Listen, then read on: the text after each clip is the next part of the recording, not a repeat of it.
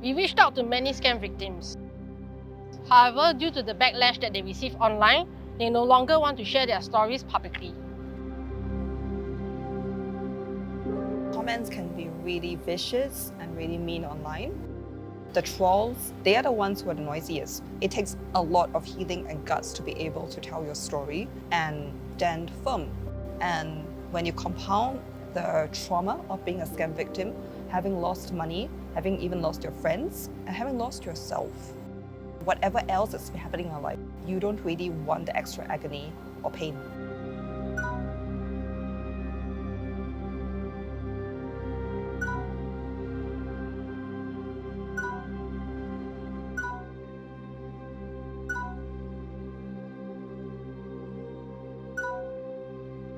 At this point, scammers are starting to make a push for me to invest money.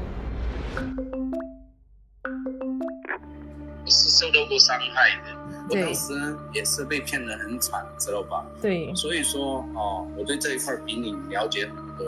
所以说，你既然选择信任我，那我肯定不会辜负你对我的信赖。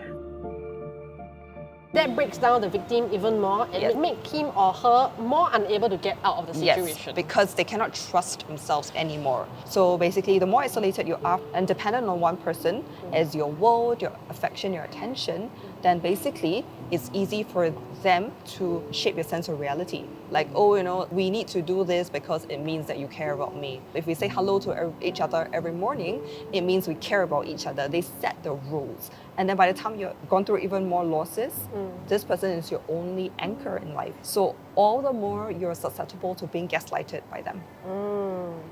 When the scam victims reach a time where it feels really urgent, scary and desperate because they have lost so much money and they still want to trust them, and then there's all these feelings that may come up like shame, anxiety. So then it becomes very self-blaming and traumatic. You may have decided or resigned to the fact that you may never get your money back. That doesn't mean you recover from the trauma.